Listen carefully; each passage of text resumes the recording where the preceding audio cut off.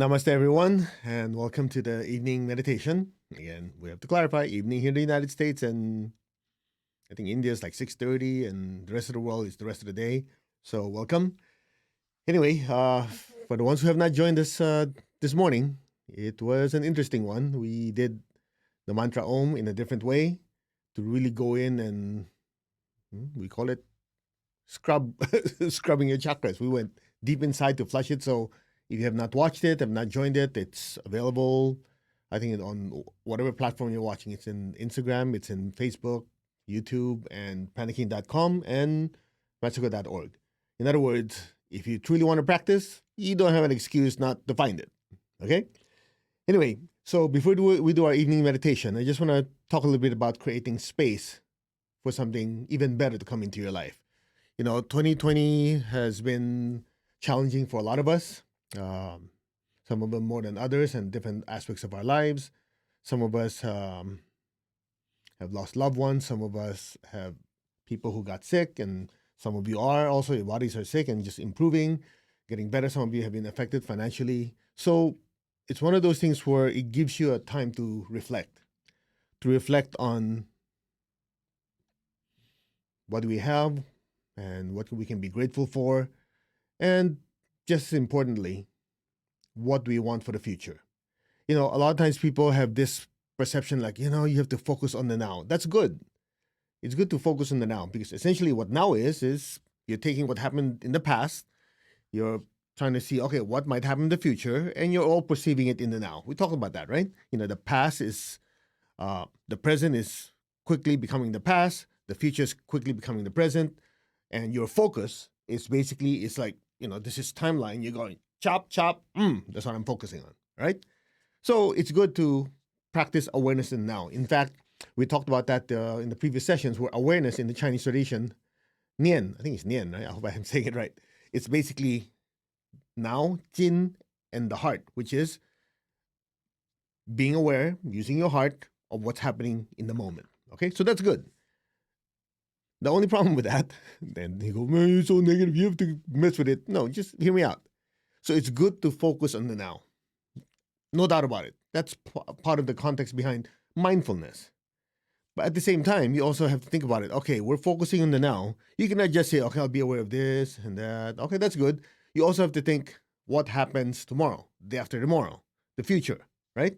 Because sometimes people on the spiritual path have a tendency to just say, especially if they have difficulty in life, they have some challenges, whatever. So one of the ways, I know some of you are not going to like this. I guarantee some of you are going to be pissed, but I don't really care because you don't want to hear it. Maybe you need to hear it. Oftentimes people use spirituality as an excuse to escape. Instead of having to deal with something, okay, things didn't go well this year. What are the mistakes? What are the lessons I learned? How should I pivot and make things better? Instead, what I do, no, it's part of the divine plan. I'll just chant Om and I'll Om it away. And I'll just focus on the now. Don't think about these things. That's called denial. Okay? There's a place for practicing the stillness of observing it and being calm and, looking at it from the viewpoint that it's part of a divine drama that's happening. Oh, that's good and nice. But it doesn't change the fact that what are your plans for next year? What are you going to do with your health? What are you going to do with your relationship? What are you going to do with your finances? What are you going to do with your spiritual practice? What? Okay? You have to plan. You have to say, okay, that is my goal. Because unfortunately, I've seen a lot of people on the spiritual path, they use spirituality as an escape. Because they can't deal with what's happening. So they go, okay, I'll meditate it away. That'd be great. But it doesn't work that way. What meditation does is give you the clarity, the mindset to look at things, look at me, objectively, so you can act accordingly. Not because if I chant Om enough time, if I practice enough stillness, this issue will go away. That'd be great. I mean, I'll sign up for that class. But in reality, spirituality is a way for you to see things in a proper perspective. To see, okay, it's like you're pulling yourself out of it. You observe what happened last year, this past year. What are the things that happened?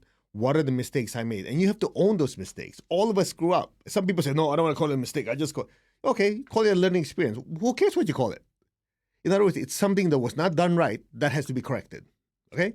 Because some of you get fixated in the word. So essentially, it's something that didn't come out the way we wanted. So let's pivot and make it right. Okay? Happy? Because, in class sometimes I say that people, I don't like using the word. Who cares what you want to use? Because you have to understand the essence of it. Make sense? Okay, I'll share this story with you so you have some context. Because some of you go, you don't understand. Words have power. I know words have power, but you have to dive deeper. I'll give you an example. There's this Chinese story. There's several versions of it, okay? So if you're Chinese, you know this. There's this very famous scholar. His name is Su Dongpo. Okay? He's pretty well known. The guy's super smart, big ego, and big mouth. Okay? So he likes going around China and challenging a lot of spiritual teachers, scholars, because he's a smarty pants. So he wants to know, okay, am I smarter than you? Or he'll test people, right? So one of the places he went to, he visited this school, this spiritual school. And he talked to the big guy, the big boss. And he brought a bunch of holy books, sutras. And he goes, blah, blah, blah, so on, so on, so on. Excuse me, sir, could you please interpret these teachings for me? Okay? So the teacher, the head of the organization, he's illiterate. See, what happened, he used to be a cook. And because of his spiritual development and whatever else, he became the head of the school. So he looked at the scholar, he goes, yeah. You see, I don't read and I don't write. Could you please read it and then I'll interpret it for you? Now this dumb this scholar who is so full of himself said, you're the head of this organization, you can't even read. The teacher was very, very nice. He goes, you keep looking at the finger, that's why you're not seeing the moon. Now you go, what the heck is that cockamamie answer, right? You keep looking at the finger, that's why you're not seeing the moon. Then the teacher goes, words are like fingers. If you keep looking at the words and do not understand or do not look at what the words are pointing, you don't see the beauty of the moon, or you don't see the essence of the word. Make sense? So when people get fixated on a word and don't go deep into the context of it, they're screwed. That's where fanaticism comes in. Okay? So when you listen, when you look at holy words, or not holy words, what do you call these things? Scriptures, right? Holy texts from whatever religion. That's exactly what the problem is when you read things literally and interpret literally. You have to understand what it's pointing to. First of all, we start off with, you have to realize when these books were written, they were written thousands of years ago. When the teacher was talking, when the Lord Jesus was talking, the Lord Buddha was talking, Prophet Muhammad, all these different great beings are talking, you have to realize at that time, people were not literate. Most of them were no read, no write. Their mental faculties were nowhere compared to any of you today. So how do you think the teacher taught? Did he start saying, by the way, the cosmic universe, the sense of oneness, and God is in all, you have to experience this one, and they're going to go, what the heck are you talking about? So the teachers had to dumb it down. I know, some of you are being offended. What do you mean dumb it down? What else were you going to call it? You don't really expect a college professor to teach a kindergarten kid in the language he or she teaches, do you? So the teacher put it in certain terms that are understandable to the audience and put it in such a way that in order to get the deeper meaning, you have to understand the context of the entire sentence, paragraph, or book. That's how when people start using one line and start using that to run their life, I'm going, okay, one of those. I mean, think of it. There's one that says, if your eye be single, your whole body will be filled with light. That's part of the New Testament. So if you take it literally, you go, ooh, in order to be holy, I have to have one eye. So what do? You're going to pluck out your one eye? No, of course you won't do that. It's symbolic. What does symbolic mean? Symbolic means you're going beyond what is in front of you. You're not looking at the finger, you're looking at the moon. Clear? So let's go back to context. So earlier, one of the things that we need to do is look at the mistakes we made last year. The things that we could have done better. All of us screw up, right? And you go, okay, how could I have done that better? That's the reason why last night in the full moon we did the inner reflection and firm resolution. When you do inner reflection, you're looking at what are the things that we did not do right. Put it in front of us. Look at it objectively. Keyword objectively. Don't get emotional. Don't get emotional about it. Okay, I did this wrong. Inner reflection and then firm resolution means what? Get rid of that thought and emotion, that tendency out of your system. Knowing, having the realization is wrong, and you say, okay, in a similar situation comes up, I will do this. So basically, you're cleansing and energizing. So we kind of use that as the framework for creating space for the new things to come into our life. In other words, we have to sit down and do an inventory and say, financially, there are certain things I could have done better. What were they? And you think about it. I could have done this or done that. Okay, that was wrong, what I did. Okay, instead, I'll do this. What you don't realize, you're flushing out, you're cleansing, you're removing the old energy to allow new ideas to come to you. Make sense? Same thing with your health, same thing with your relationship. Everything, you have to get rid of the old to allow the new to come in. When I say old, these are old tendencies, old ideas, old energies. So it's just like when we do meditation. Do you notice before we meditate, we have this talk where you have to listen to me go yak, yak, yak, yak, yak for a while? You might think, I want to get into the meditation. All this talk, that's nice, whatever. But you don't realize when you're listening, and I learned this from my teacher many years ago, when you're listening and you're going, that's a good point. I don't agree with that. I agree with this. When you're doing that, your mind is constantly trying to understand. You're trying to discern or discriminate. What is right, what is not right, what should I absorb, what I shouldn't, right? So every time you go, yeah, that's a good point. I never thought of that. When you do that, the old thought and emotion that you had or that concept you had in your consciousness is removed, creating space for this new information to come in. So learning is literally cleansing and energizing. So that's part one.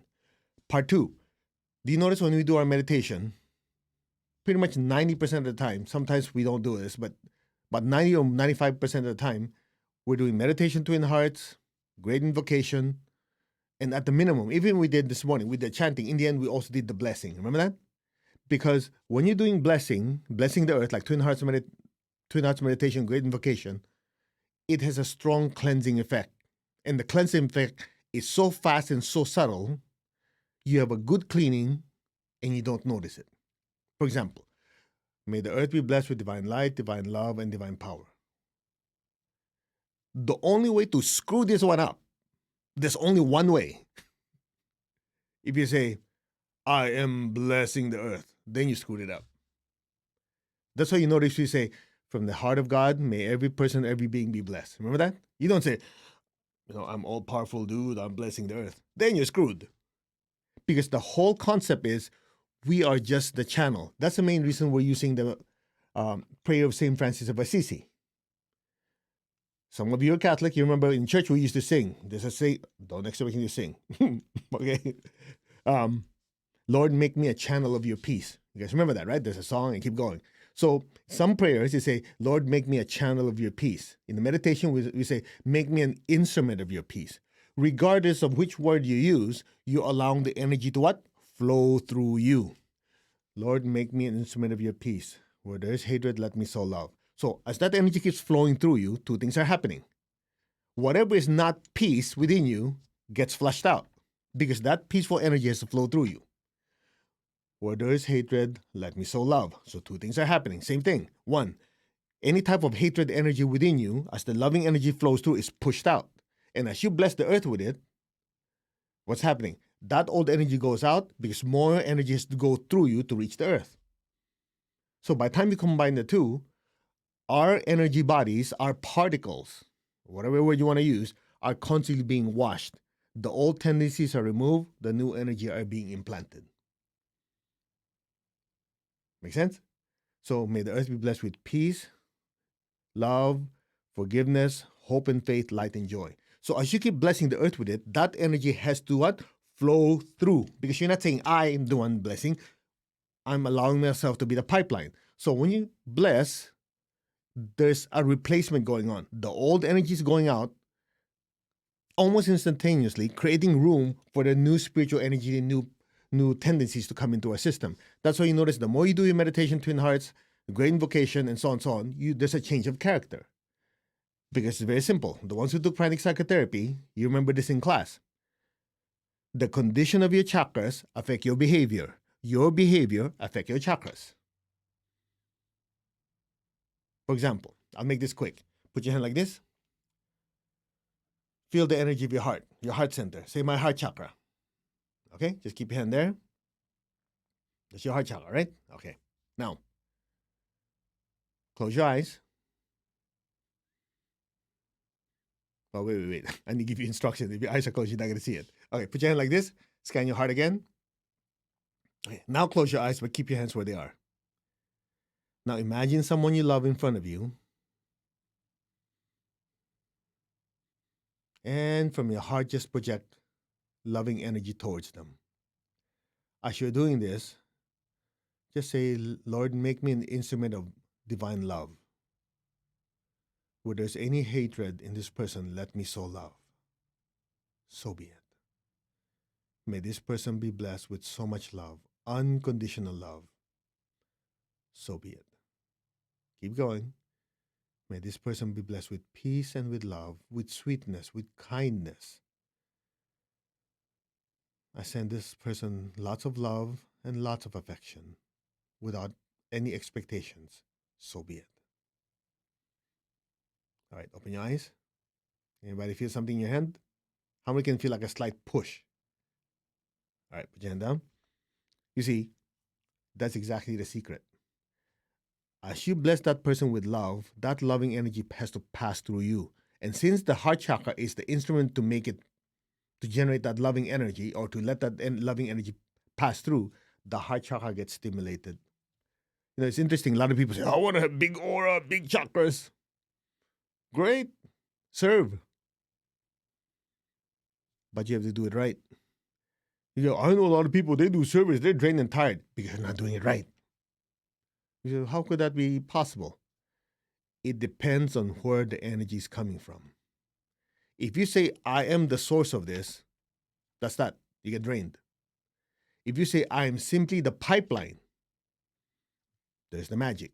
Because that energy just flow through you. As it keeps flowing through your pipes, your energy channels, your chakras are forced to expand. I don't like anything being forced. Okay, leave. You don't understand what I'm talking about. In other words, as you allow yourself to be a pipeline and focus so much in serving others, but in your consciousness, you know, this energy is not mine. It's just passing through me. Then you have the input and the output both in mind. Then there's a constant pulling of this spiritual energy or energy of love and from the source, and it keeps forcing its way through you. And in the process, guess what? It purifies our old tendencies, and we get to help other people. So we evolve. We get infused with high frequency, the new energy. We get to serve other people. You generate good karma. It's good for you, good for them. Everybody happy. Are we communicating? So this goes back to what I was sharing usually in our pranic healing class, which is there are a lot of good healers out there. And I can always tell whose energy they're using. So what do you mean? It's as simple as this. When they work on people and afterwards they get drained and tired, that means they're using their own energy, regardless of what they claim. Because I've heard people like, oh, I'm healing them. I'm a source of, I'm pulling energy from this dimension and this goddess and this and this. I'm going looking at them. So how come your body's tired? How come you have low energy? So what you say and what's happening don't match? I don't say it that way. I'm kinder. I just say, oh, okay. But in the back of my mind, I know they're not doing it right. Because if you're doing it right, the more you heal, the stronger you get. Because as that energy keeps passing through you, it keeps widening your pipe. So at the end of the day, your body might be exhausted or fatigued from moving your arm or standing, but energetically, you're like... So that's divided into two types of giving energy. One is using the battery, one is using the water pump. So the traditional way in martial arts, and I know this because growing up, being Chinese, we were taught, okay, all right? And you're supposed to do qigong, right? And you focus on your tantian, the air below your belly button. So you do all this energy movement, and you always go, and focus there. What are you doing? You're draining chi, life force, prana, ki, whatever you want to call it. And then when you're done, you take all this energy and put it in your battery, put it in your warehouse. So the traditional way of healing is, you need energy. I have lots of it in my tank. Let me give you 1 gallon. So I have less gallon, 1 gallon. They have 1 gallon. It's enough to make them better. They heal faster. That's the traditional approach. Now in pranic healing, we don't use the battery approach. We use the water pump approach. So if there's a house on fire, next is the ocean, all we're going to do is beat the pump. As long as there's water in the ocean, that will put out that fire. And does it drain the pump? No, it just keeps going through. As it goes through, the pipelines gets cleaner and cleaner. Make sense? So when we do our meditation, we're doing the water pump approach. We're doing our meditation. I'm not the body, not the emotion, the thoughts. I'm the soul. I'm one with God. I'm one with all. So you connect. And then you allow yourself to be a channel, the instrument to bless the earth through the great invocation or meditation twin hearts. Well, guess what? Now that you're hooked up, energy flows through. Loving energy, willpower, intelligence energy, so on. So as it keeps going through you to bless the earth, it's passing through us. It's washing away our old energies, infusing us with a new energy, the higher frequency, as we bless others with it. That's why the more you meditate, the better you get. Are we understanding this? Now, another way to look at it is this coming year, you want a better year, right? Who doesn't? I mean, if you want a worse year, then again, get out of here, okay? You want a better year. Of course, better means different to different people. Some of you have difficulties, had challenges, so you want to make it better. As in, at least I want to keep my head out of the water, like something better. Some of you are actually doing well because you're able to pivot. You go, yeah, but I can make it better. Regardless of what it is, whether from something challenging, some better, or something good to something even better, you have to remember one thing. We have to release and remove old calcified ideas. In other words, just because it's been working does not always mean it will continue to work. Hear me out. You still want to look at it objectively. Okay, this year we did this in order to pivot with this pandemic. What did we do? We did this. Okay, looking forward, if this opens up in a few months, in a few years, whatever, would this still apply? And think about it. Okay, let me project. Let me anticipate what might happen. So you're not stuck with the old ideas. You say, okay, this technique or this process I did with my business, my health, my relationship worked. Now, if the external circumstances change, do I have to adjust my strategy? Most of you who are in business, you go, that's obvious. Yeah, to you it's obvious, but not everybody it's obvious. So since not all of you are self-employed, some of you have never heard this before, I'm just bringing it to the forefront of your consciousness like, look, it's not good enough just to survive. You want to thrive. In order to thrive, you have to look at what you did, whatever is not supposed to be there or whatever might not work, get rid of it to allow new ideas and new energies to come into your life. That's all we're saying. Okay? So I hope that kind of gives you a context. Now, the plan is on New Year's Day, I think most of you are signed up already. I don't know how many thousands of people are already signed up. We're going to do this on January 1st at 10 o'clock in the morning, California time. We're going to go through it step by step. Okay, again, in this short time, I'm just giving you introduction, give you the concept, we'll meditate. But then January 1st, again, you can invite your friends, loved ones. It's free, it doesn't cost you anything. Just make sure you register, okay? We're going to go through each part of our lives and just look at it. Okay, let's start with finances. Okay, how are finances this year? It's like an examination. Okay, where is it now? What are the things that are good? What are things could be better? What are the limiting beliefs and thought forms that we have that kind of made us, not really made us, but kind of moved that in that direction, making the decision that was not good? Then we'll use energetic technique to disintegrate it.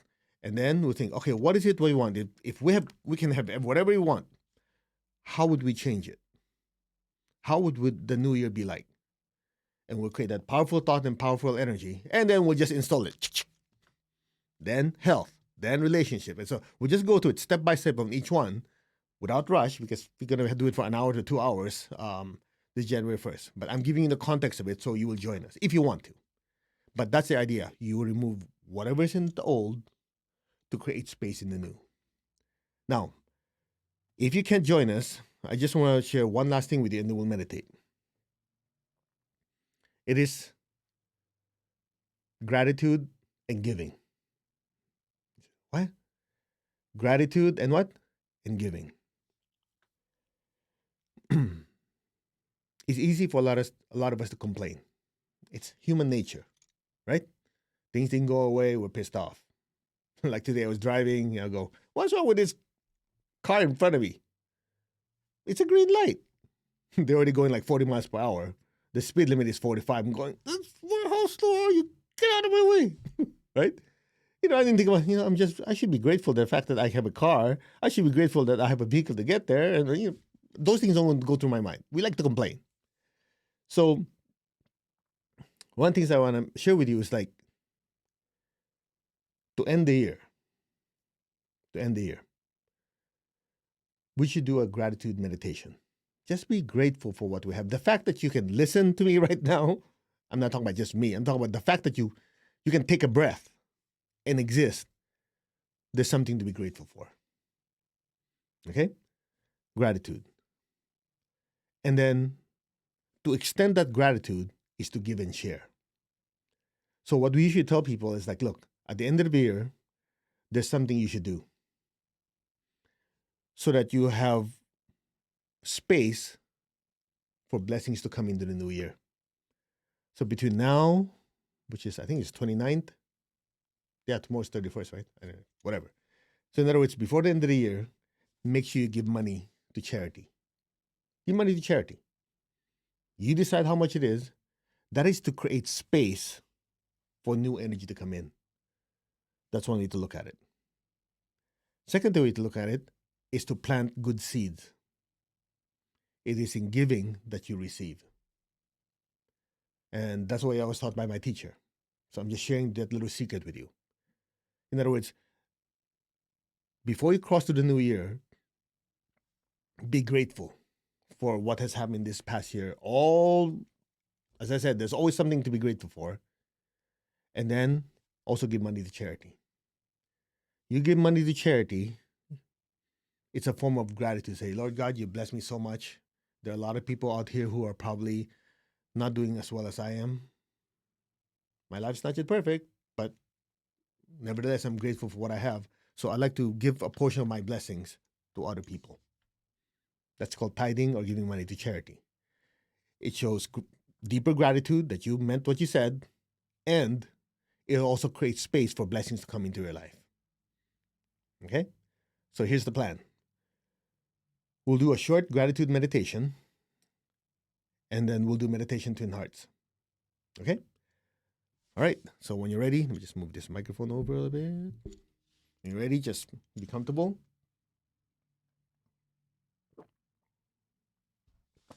Okay. I don't know what music to play, so we won't play any music.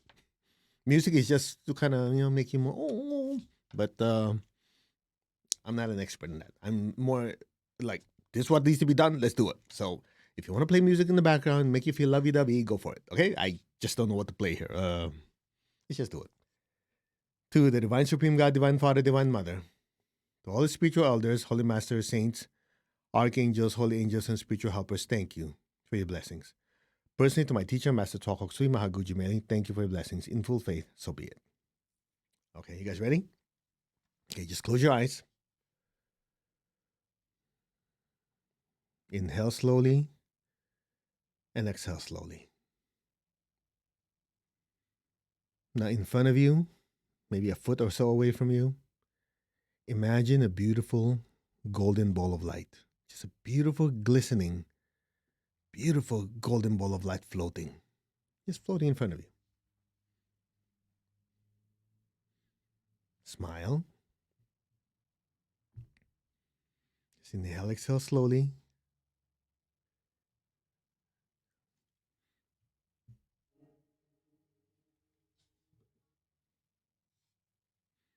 Just inhale, exhale slowly.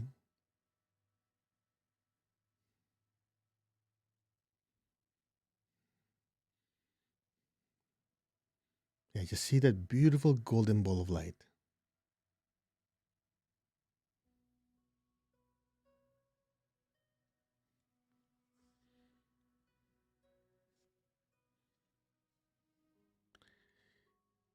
Inside that beautiful golden ball of light,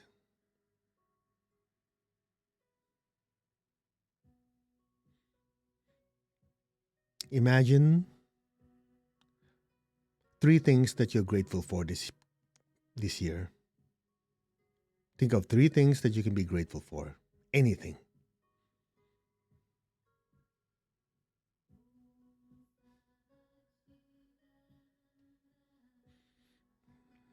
I'll give you some ideas. Could be your health. People got sick, you didn't, or your body got sick, but you recovered. Something to be grateful for.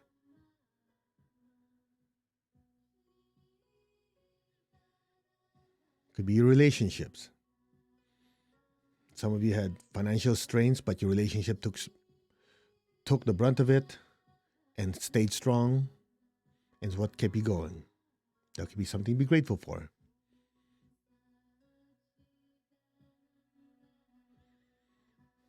Could be your finances. People who had financial challenges, yours was able to pivot around and continued. You worked at home, your finances stayed the same or it got even better. Be grateful for that.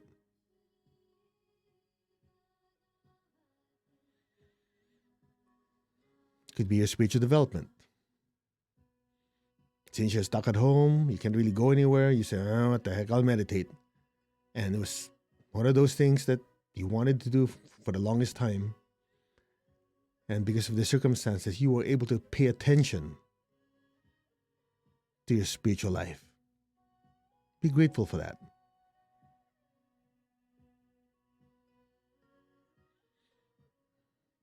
And be grateful for your family, your friends, people who stood by you. There's so many things to be grateful for. Just open your eyes and be grateful for all the blessings we've received.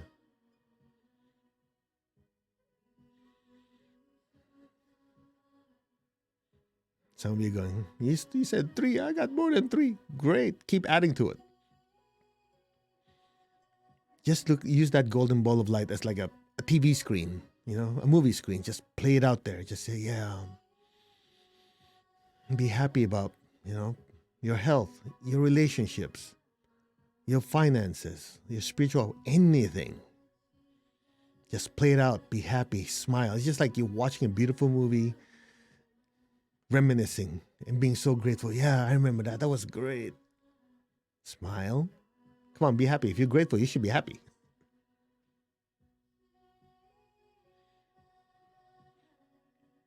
What are the lessons we learned this past year?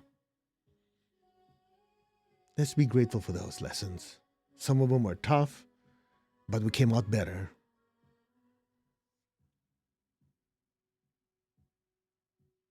Just be happy and grateful for them. And just say thank you. Just be still. Just keep playing out those movies inside that golden ball of light and be grateful for them, for all these blessings we received. Say thank you.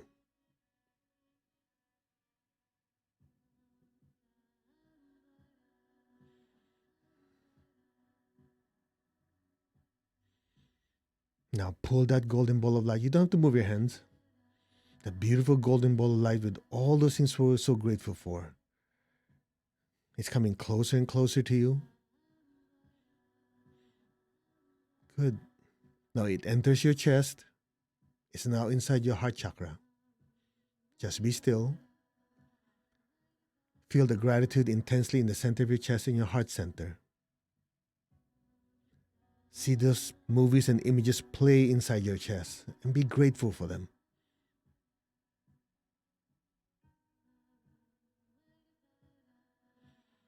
Feel it.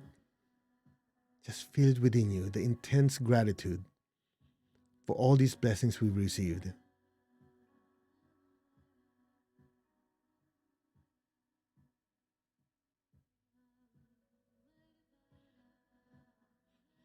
Smile.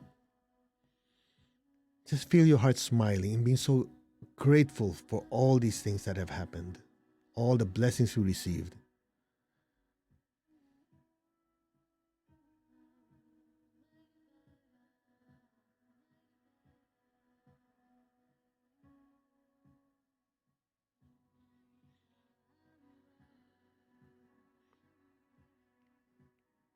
Now be aware of the love within your heart, the gratitude in your heart.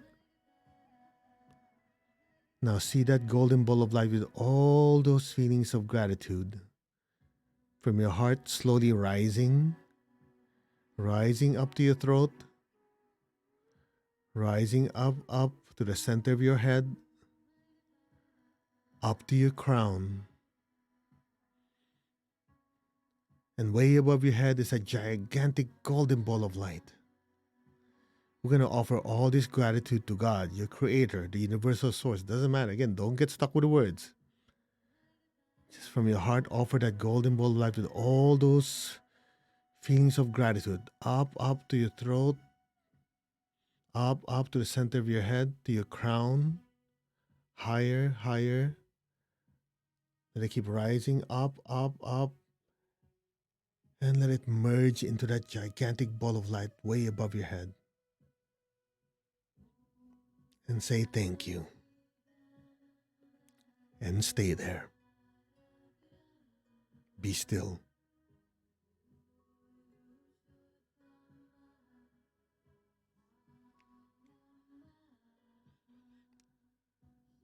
Just let go.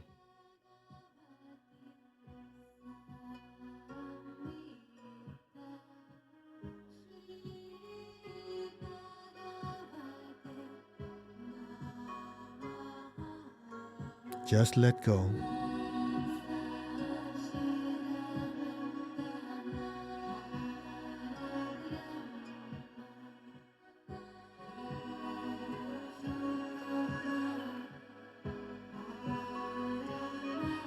Thank you.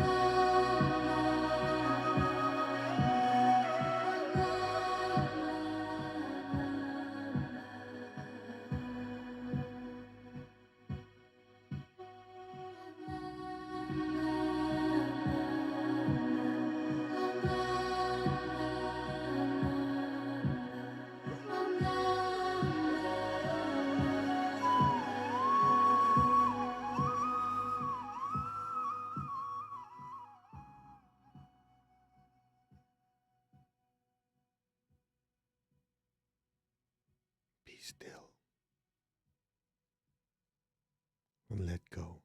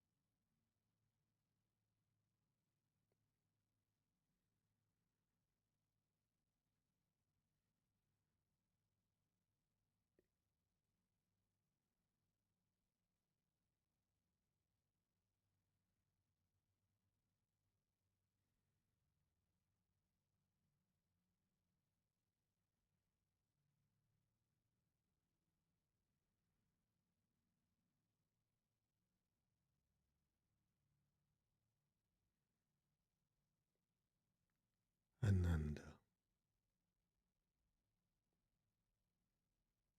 Ananda, Ananda. Divine bliss, divine oneness.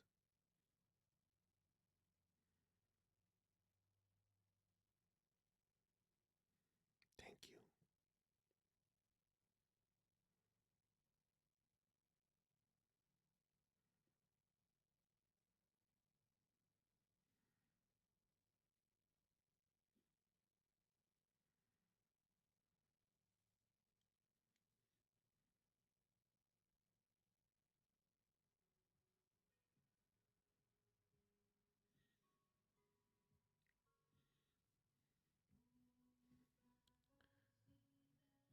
Maintain that love,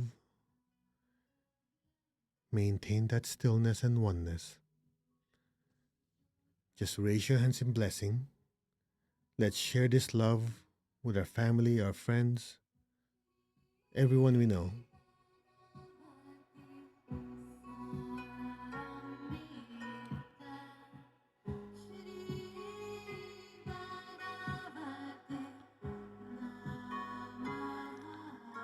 Bless your family, your friends, everyone you know.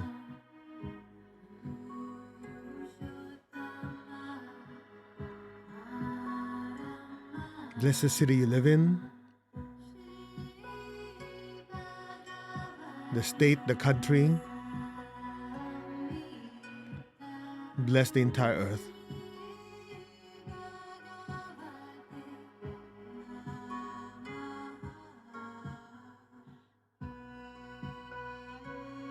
Share the love, share the joy and the gratitude. May all be blessed. Blessings be to all.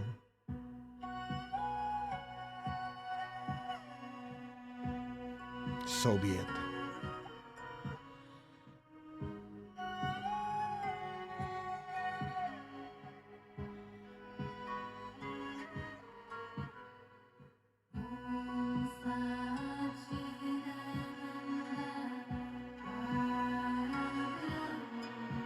Blessings be to all.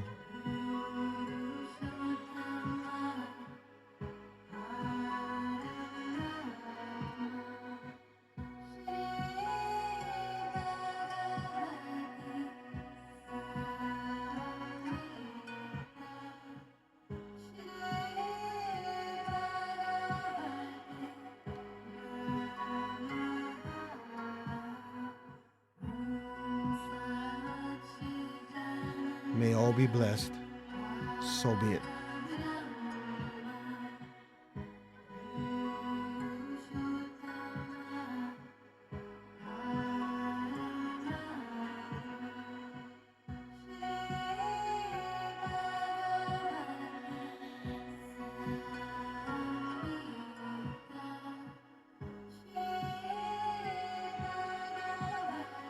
Share it with every person, every being on earth now. Blessings be to all.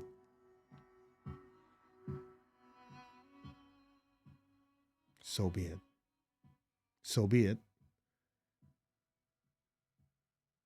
And so it is. Let's give thanks to the Divine Supreme God, Divine Father, Mother. We thank you. To all the spiritual elders, holy masters, saints, archangels, holy angels, and spiritual helpers. To my beloved and respected teacher, Grandmaster Chakra, Mahaguji Mailing, all the great spiritual teachers, thank you all for your blessings. In full faith. So be it. All right. You can open your eyes if you want to. That's not what I expected, but that's what happened. I hope you guys are good. Just to add one more thing to it, it talks about Satchit Ananda. And then in the chorus, yes, Ananda, right? So just to kind of put things in context, Satchit Ananda, you'll notice Sat there's teachers named Swami Satchit Ananda. So Sat is connected to your will, the ability to exist. Chit has to do with your mental faculty. Ananda is divine love or divine ecstasy. Okay, so those are the attributes of the spiritual self, the soul. And when the shortcut to experiencing this blissful sensation, see, Ananda is divine bliss or divine ecstasy. It's a higher form of love. So when you have a lot of gratitude in your heart, literally in your heart, right? As that loving energy rises up to your crown and beyond, you feel like not only is it love, it's like, oh, it's so blissful, like I'm floating, like I'm smoking something, whatever. That's bliss, okay? And you don't need to smoke something. What it is when this love is converted to an even higher frequency as it touches your crown and goes higher into the higher worlds, that's where you experience divine oneness. When you experience that divine oneness, you feel the love not just within you, but to everyone. That's called Ananda. Now, people say, Ananda, Ananda. That's why you have Yogananda, right? Muktananda. So all these great teachers, they always want to put the word Ananda in the back for many reasons. Some of them is because they're guided. When they have Ananda, it means that universal love is going towards everyone, and so on and so on. Okay? So I hope you learn something, not just blissing out. We always want to make sure that you have the love aspect within you. There's the intelligent aspect within you, so you know what you're doing. Plus, we actually do the practice, so there's the will aspect within you. That's why Satchit Ananda. Okay, I've done my job, so it's longer than normal. I hope you got something out of it.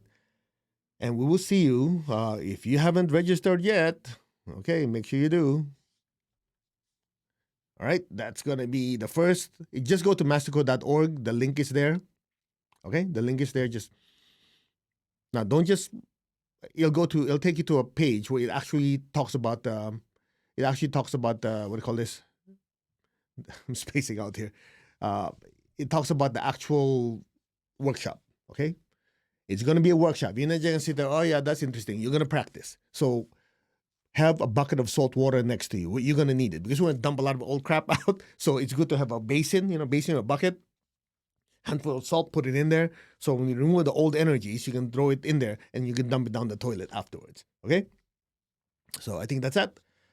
We will see you 1st of January. Good way to start the year. As we say in Chinese. What do we say in Chinese?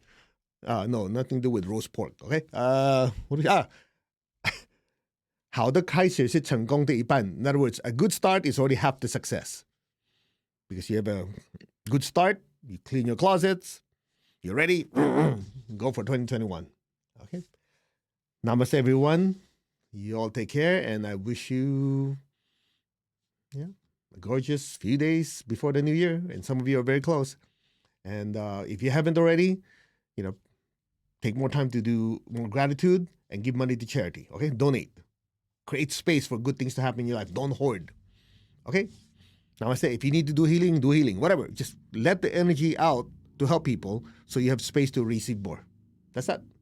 Take good care. God bless. Namaste. Okay, you all take care. You can turn this off. Okay, bye.